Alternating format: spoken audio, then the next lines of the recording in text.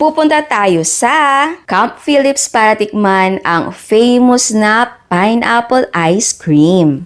Yes po, literal na ang ice cream ay nasa loob ng pinya. Hindi nakapagtataka na may pineapple ice cream dito sa Camp Phillips dahil ang location po ng Camp Phillips ay nasa Del Monte Pineapple Plantation. Kapag papunta kayo ng Dahilayan, pwede kayong dumaan sa Camp Phillips. Sa likod ng soccer field ay matatagpuan ang Pineapple Supervisors Multipurpose Cooperative. Yes, dito mo mabibili ang famous na pineapple ice cream. O ayan, no? Ang dami. Sa dami niyan, minsan naso-sold out pa sila. Yung iba kasi para nag-aangkat sila at binibenta nila dun sa lugar nila. Ganito kalaki ang pineapple ice cream at meron din silang melon na ice cream. Masarap din to pero eto ay nasa 150.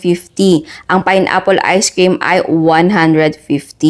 Perfect talaga itong ngayong summer. And syempre, huwag niyong kalimutan na bumili ng fresh milk at choco milk nila. Eto talaga, bata pa ako, meron ng ganito sa Del Monte. Masarap din ito na frozen, parang popsicle. Piliin mo yung maliliit na size kung gusto mo na ilagay sa freezer. And syempre, meron din silang pineapple pie. At meron pa silang ibang dessert. So, hindi ka talaga magugutom dito. So, dalawa yung binili natin, melon ice cream at pineapple ice cream. So, eto yung itsura ng pineapple ice cream. Ang lasa niya for me ay para siyang pineapple fruit shake na naging ice cream. Or imagine mo yung fruit salad na maraming cream na ginawang ice cream. And kita nyo naman yung pineapple bits, ayan no. Very refreshing. Pero mas paborito ko ang melon ice cream. Kung mapadpad kayo sa Manolo Fortich, pwede kayong bumisita sa Camp Phillips. Konting paalala lang, ang Camp Phillips po ay privately owned by Del Monte.